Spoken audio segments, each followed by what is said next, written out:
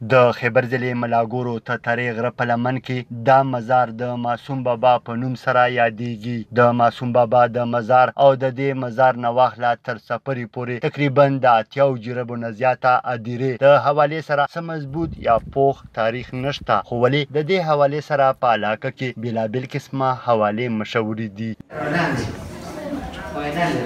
لالمد خان کوم چې هم د دې علاقې یعنی د معصوم بابا تاترې اوسېدونکی دی وایي چې د ماشومتوب نه تر اوسه پورې د دې مزار زیارت ته راځمه. موږ ته چې یاد شي نو د 50 کالو خو موږ ته یاد شي. ډېر لوی هستي ده او ډېر اوچت زیارت دی او په دې باندې هر قسم سوال قبلېږي.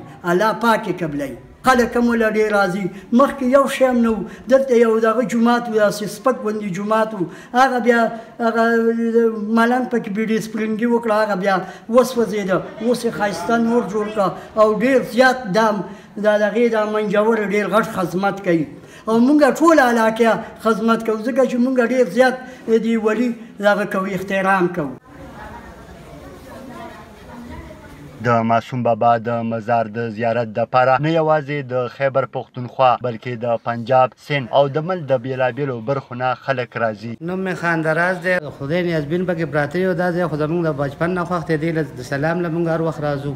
یاره ډېر خو راته دونه اندازه نه لګي، خو 13 کاله مې وشو. 13 کاله چې دې دغه مامو جان کلا کې پروت وم، اوس د اعظم کلا راتلی یم او دلته به راتلم.